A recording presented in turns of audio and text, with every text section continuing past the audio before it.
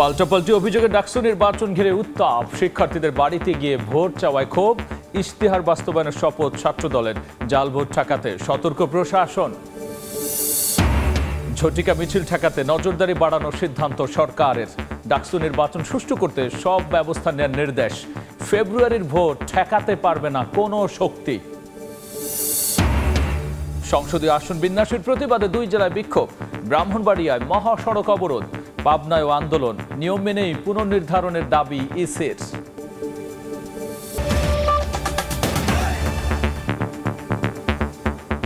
জনপদের সময় সঙ্গে আছি আমি গোলাম রাব্বি। শুরুতেই ছাত্র সংসদ নির্বাচনের খবর।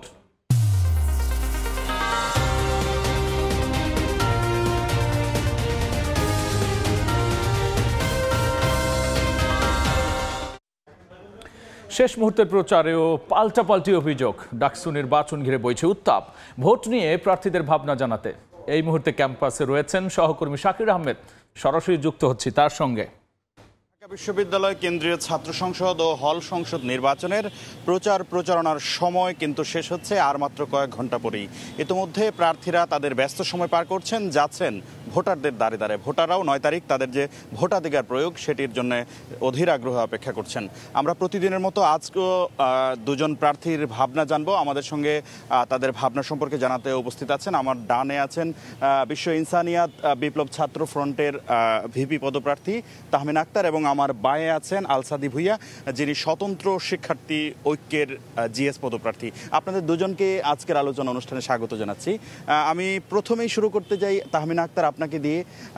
একজন নারী হিসাবে ভিপি পদে প্রতিদ্বন্দ্বিতা করছেন, এবং আমরা একটি নতুন আপনাদের যে ছাত্র সংগঠন বা প্যানেল যেটি বলি, সেটি নতুনভাবে আসলে আপনারা এই ছাত্র সংসদ নির্বাচনে অংশগ্রহণ করছেন। কতটুকু চ্যালেঞ্জ ফেস করছেন, এবং এই যে প্রচারণা আজকে শেষ হতে যাচ্ছে, আপনারা প্রচারণা কতটুকু সাড়া পেয়েছেন? যে এ পর্যন্ত আমি একজন নারী প্রার্থী হিসেবে ব্যক্তিগতভাবে আমি কোনো বাধার সম্মুখীন হইনি, কিন্তু আমি মনে করছি আমার অন্যান্য পদে যে নারী প্রার্থীগণ আছে তারা যে সমস্যাগুলোর সম্মুখীন হয়েছে, তাদের সমস্যাগুলোকে আমি একজন মানবিক শিক্ষার্থী হিসেবে, সচেতন শিক্ষার্থী হিসেবে আমার নিজের সমস্যা বলে মনে করছি, এবং তাদের থেকে আমি নিজেকে পৃথক ভাবছি না, কারণ তাদের সমস্যা মানে আমি একজন নারী হিসেবে আমারও সমস্যা।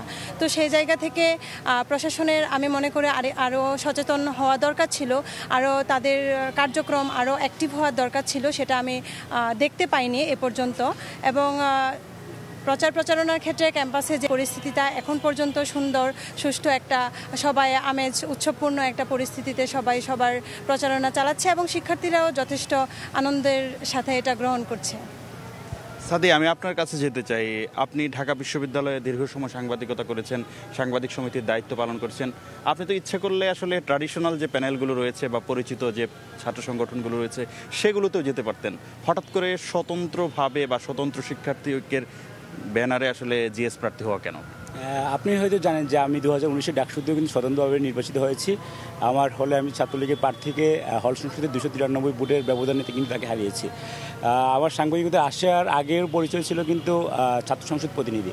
আর আমি ব্যক্তিগতভাবে মনে করছি যে ঢাকা বিশ্বের শিক্ষার্থীদের যে ভাবনা, যে চিন্তা ভাবনা, তাদের যে অবস্থান, সেটি হচ্ছে তারা ক্যাম্পাসে দলীয়করণ চায় না। এবং আমি দেখেছি আমাকে অনেকগুলো প্যানেল থেকে বলা হয়েছিল যে আপনি আপনার ইচ্ছামতো পদে আমাদের সাথে আসতে পারেন। আমি ব্যক্তিগতভাবে মনে করছি যে এসব রাজনৈতিক দলে আমার মতো ব্যক্তির নাম লেখানো উচিত হবে না, কারণ আমি শিক্ষার্থীদের কণ্ঠস্বর হিসেবে ক্যাম্পাসে দীর্ঘ সময় কাজ করেছি। তো সেই জায়গা থেকে আমি মনে করছি যে আমার স্বতন্ত্র এবং একটি প্যানেলে যাওয়া উচিত, কিংবা আমার স্বতন্ত্র নির্বাচন করা উচিত। সেই জায়গা থেকে আমি স্বতন্ত্র শিক্ষার্থী প্যানেলে গিয়েছি। এবং আপনারা হয়তো জানেন যে এই প্যানেলটি কিন্তু একটি অনেকগুলো আপনার স্বপ্নবাজ তরুণদের একটি প্যানেল। এই প্যানেলে কিন্তু অনেকগুলো ছেলে মেয়ে একত্রিত হয়েছে, যারা বিভিন্ন জনগোষ্ঠীর বিভিন্ন সেক্টরে তারা ক্যাপাবল এবং তার দক্ষতার পরিচয় দিয়ে আসছে। আর আমাদের এই প্যানেলটির উদ্দেশ্য হচ্ছে যে আমরা ক্যাম্পাসকে দলীয়করণের দিকে এগিয়ে হতে দিব না, এবং আমরা এই ক্যাম্পাসকে একাডেমিক ক্যাম্পাস হিসেবে গড়ে তুলব, যেখানে কেউ তার রাজনৈতিক বোমাবাজি কিংবা হচ্ছে স্লোগান মাইক বাজানো এরকম কাউকে আমরা সুযোগ দিব না। এমনকি আমাদের হলের যে হল দখলের যে রাজনীতি, সেই রাজনীতির জন্য পরবর্তীতে কেউ না করতে পারে, আমরা আমাদের প্যানেল আমরা নির্বাচিত হলে সেই রাজনীতির ধারা বন্ধ করব, দখলদারিত্বের ধারা বন্ধ করব এবং আমরা শিক্ষার্থীদের জন্য একটি শিক্ষার্থী বান্ধব একটি ক্যাম্পাস গড়ে তুলব। এবং আপনি জানেন যে আহমিনার কথার সাথে যদি আমি অ্যাড করি, ঢাকা বিশ্ববিদ্যালয়ে একটি নারী হলও কিন্তু সুরক্ষিত নয়। প্রত্যেকটি নারী হল কিন্তু একদম অনিরাপদ এবং একটি খুবই ভালনারেবল একটি জায়গায় অবস্থিত। তো বিশ্ববিদ্যালয় প্রশাসন কিন্তু এখন পর্যন্ত কোনো নারী হলের বিশেষ সিকিউরিটি জন্য কোনো ধরনের কাজ করছে না। নারীরা কিন্তু একদম বিপজ্জনকভাবে রাস্তা পার হচ্ছে 3টি হল ক্যাম্পাসের বাইরে। তো সে জায়গায় আমাদের বিশ্ববিদ্যালয়ের এবং আমরা যারা নির্বাচন করছি, আমাদের যারা নির্বাচিত হব, তাদের নারী শিক্ষার্থীদের যে নিরাপত্তা সুরক্ষা সেটির প্রতি কিন্তু আমাদের বিশেষ নজর দিতে হবে। এবং আমার প্যানেল নির্বাচিত হলে আমরা নারী শিক্ষার্থীদের সুরক্ষা এবং শিক্ষার্থীদের সুরক্ষার একটি নিরাপদ ক্যাম্পাস আমরা গঠন করব।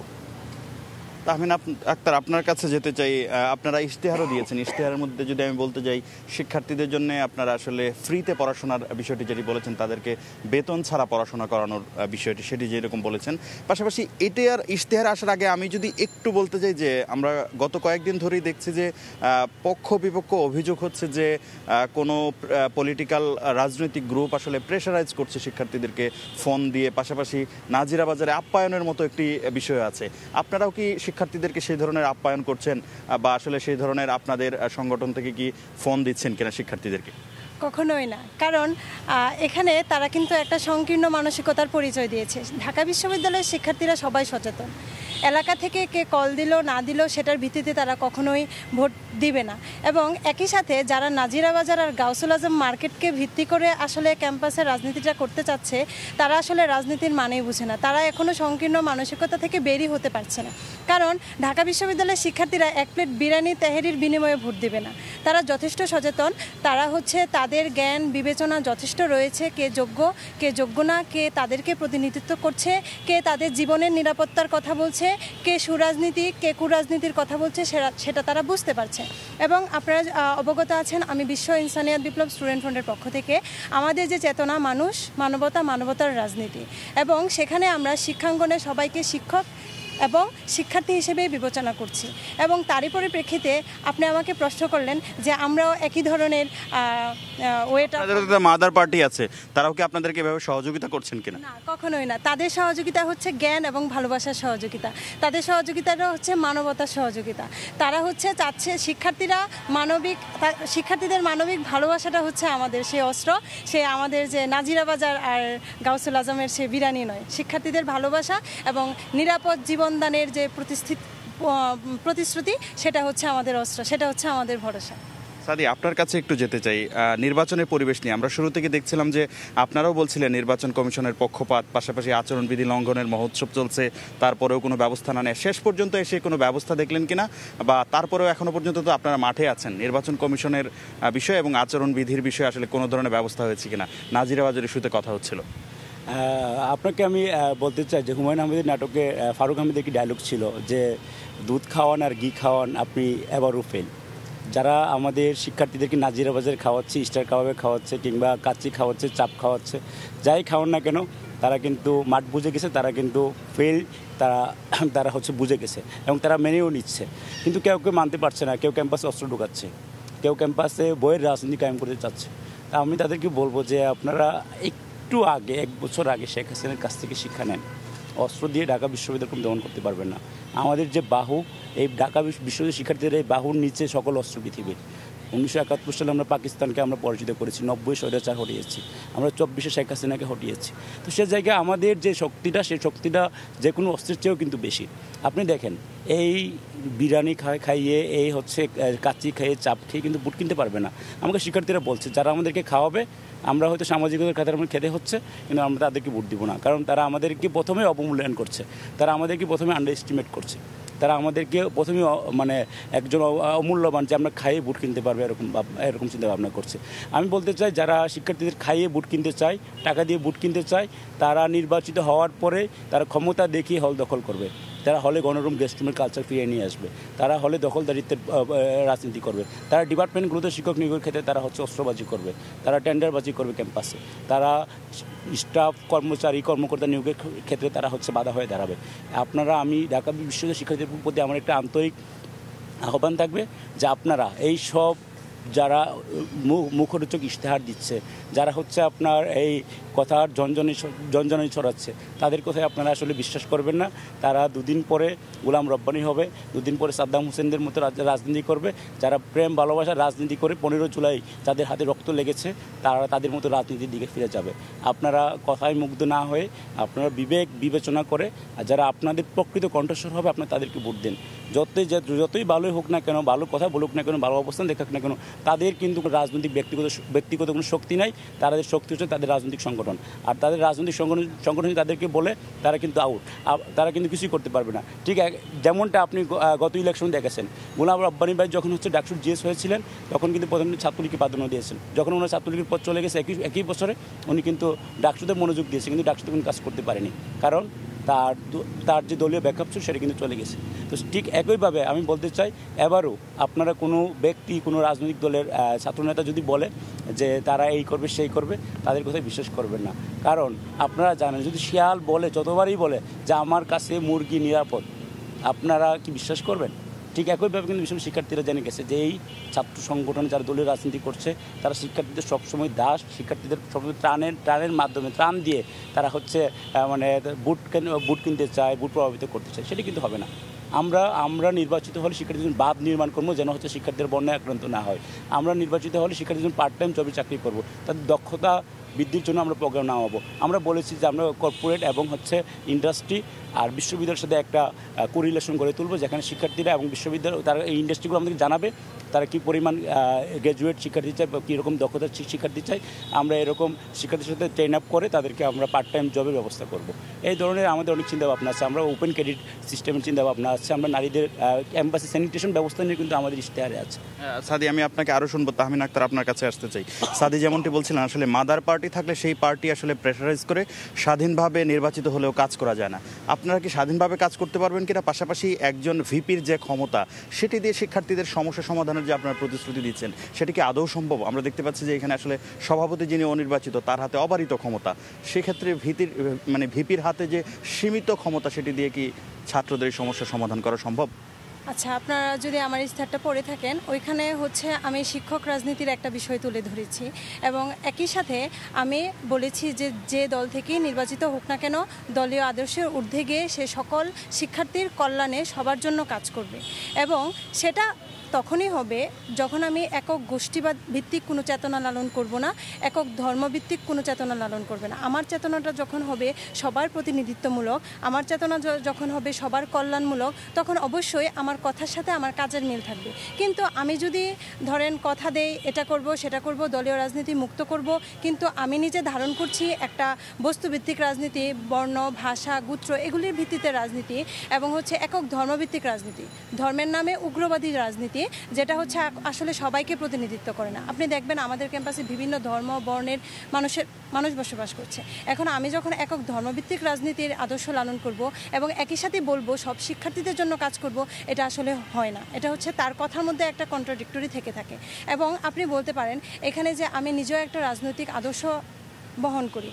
এখানে আমার যে রাজনৈতিক আদর্শ সেটা হচ্ছে মানবতা ভিত্তিক রাজনৈতিক আদর্শ, যেটা সবাইকে প্রতিনিধিত্ব করবে এবং তারই ভিত্তিতে আমি সবার জন্য কাজ করব।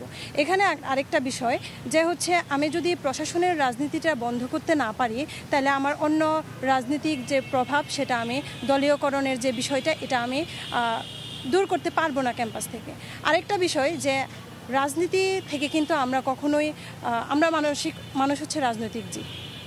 রাজনীতি মানে হচ্ছে জীবননীতি। এখন আমি যদি ম্যাকিয়াভেলির রাজনীতিটাকে আমার আদর্শ বলে মনে করি, দাঙ্গামা হাঙ্গামা সংঘাতমূলক রাজনীতিকেই কেবল আদর্শ রাজনীতি মনে করি, তাহলে এটা আমার ভুল ধারণা। রাজনীতির সাথে যেহেতু জীবন জড়িত, তো সবার জীবনের নিরাপত্তার জন্য যে বিষয়টি দরকার সেটা হচ্ছে মানবতার রাজনীতি, কোনো একক ধর্মভিত্তিক কোনো রাজনীতি। ঠিক বুঝতে পেরেছি তাহমিনা আক্তার। দর্শক, আমরা বাকি অংশটুকু ডিজিটাল প্ল্যাটফর্মে একটু দেখব। সাদি, আপনি বলছিলেন যে আসলে ক্যাম্পাসে অস্ত্র ঢুকছে।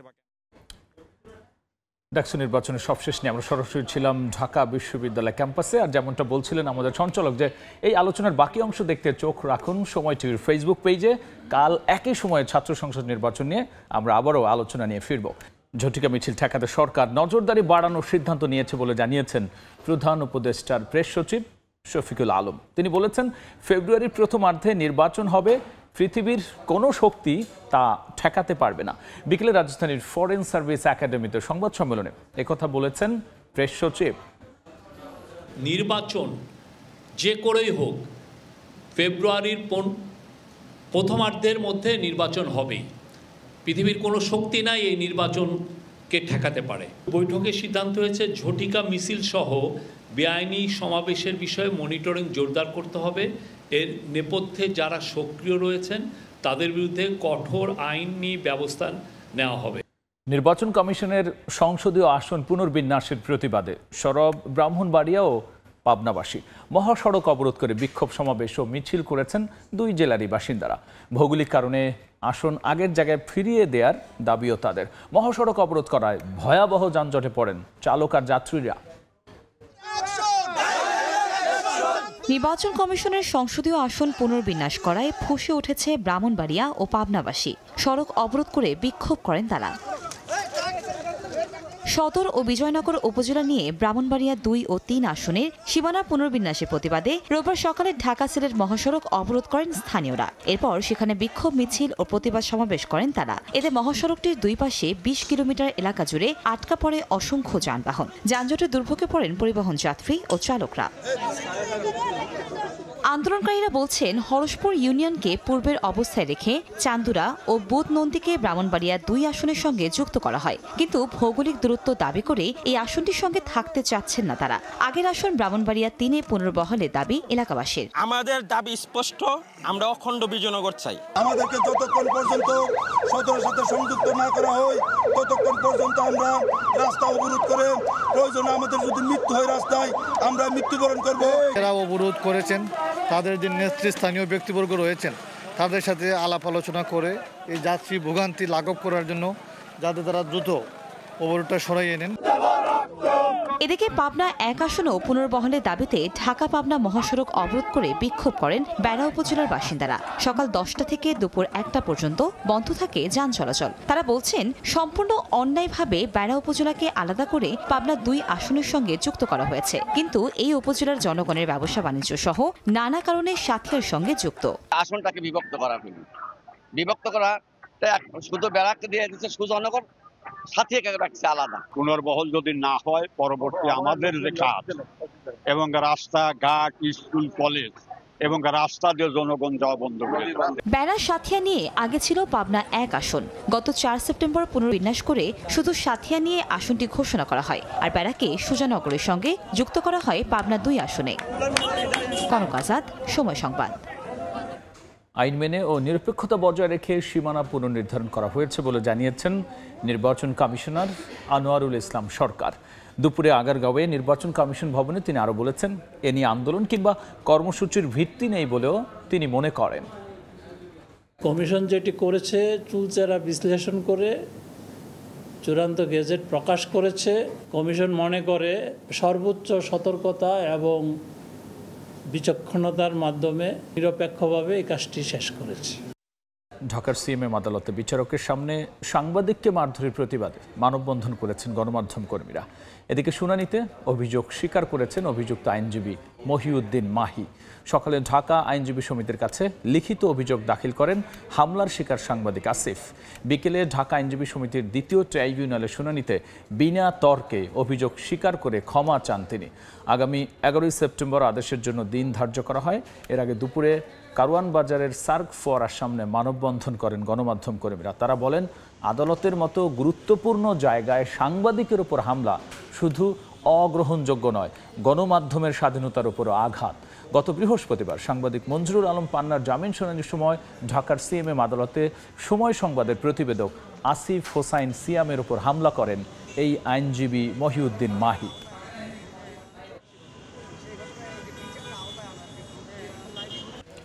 সরকার গণমাধ্যমকে সত্যিকার অর্থেই গণমাধ্যম হিসেবে দেখতে চায়। কাগজে কলমে যতটুকু সংস্কার করা যায় অন্তর্বর্তী সরকার করে যেতে চায় বলে মন্তব্য করেছেন পরিবেশ উপদেষ্টা সৈয়দা রিজওয়ানা হাসান। দুপুরে রাজধানীর একটি হোটেলে ব্রডকাস্ট জার্নালিস্ট সেন্টার বিজেসি আয়োজিত মতবিনিময় সভায় এমন মন্তব্য করেন তিনি। কাগজে কলমে যতটুকুন করে দেওয়া যায় অন্তর্বর্তী সরকার সেটা করার জন্যই এই কমিটিটা গঠন করেছে, কিন্তু আসল সুফল জনমানুষ তখনই পাবে বা আসল গণমাধ্যম আপনারা তখনই হয়ে উঠবেন যখন আমরা সমাজে আপনাদের মধ্যে আমাদের মধ্যে মনস্তাত্ত্বিক পরিবর্তনটা আনতে পারবো। জনপদের সময় শীর্ষ সংবাদ জানিয়ে দিচ্ছি আরও একবার। পাল্টাপাল্টি অভিযোগে ডাকসু নির্বাচন ঘিরে উত্তাপ, শিক্ষার্থীদের বাড়িতে গিয়ে ভোট চাওয়ায় ক্ষোভ, ইশতেহার বাস্তবায়নের শপথ ছাত্রদলের, জাল ভোট ঠেকাতে সতর্ক প্রশাসন। ঝটিকা মিছিল ঠেকাতে নজরদারি বাড়ানোর সিদ্ধান্ত সরকারের, ডাকসু নির্বাচন সুষ্ঠু করতে সব ব্যবস্থা নেওয়ার নির্দেশ। ফেব্রুয়ারির ভোট ঠেকাতে পারবে না কোনো শক্তি।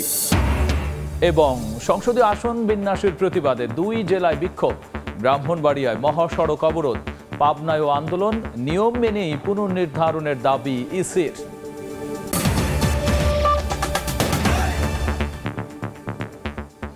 এই ছিল এখনকার মতো জনপদের সময়।